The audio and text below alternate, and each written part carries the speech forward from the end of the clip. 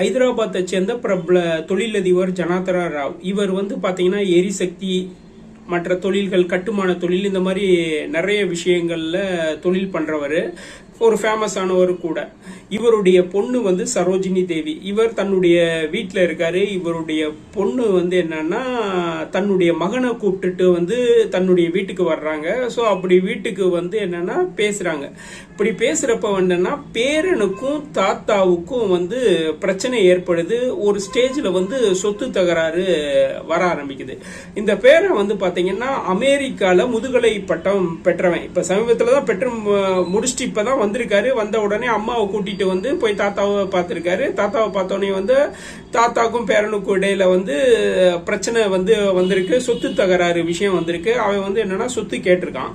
So அவர் முடியாது அப்படின்ற மாதிரி சொல்லியிருக்காரு. இதுக்கிடையில கைகலப்பு ஏற்பட்டிருக்கு. பேரன் என்ன செஞ்சிருக்காருன்னா ஒளிச்சு வச்சிருந்த கத்தி எடுத்து தாத்தாவை குத்திருக்காரு. இடையில அம்மா தடுக்க வந்திருக்காங்க. அம்மாவையும் இழுத்து தள்ளி விட்டுருக்கான்.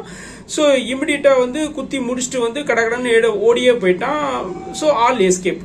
ஸோ அங்க வீட்டுல இருக்க பணியாளர்கள் பெரியவரை ஹாஸ்பிட்டல்ல இமிடியேட்டா சேர்க்கிறாங்க. ஸோ அப்படி இமிடியேட்டா சேர்த்த அங்க டாக்டர்கள் பரிசோதித்து பார்க்க அவர் ஏற்கனவே இறந்துட்டாருன்னு சொல்றாங்க. அதே ஹாஸ்பிட்டல்ல சரோஜினி தேவி அவருடைய மகளையும் அட்மிட் பண்ணியிருக்காங்க. போலீஸ் விசாரணை நடைபெற்றுக்கிட்டு இருக்கு. தலைமறைவான அந்த கிலாரு பேரனை போலீஸ் தேடிக்கிட்டு இருக்குன்னு சொல்லப்படுது.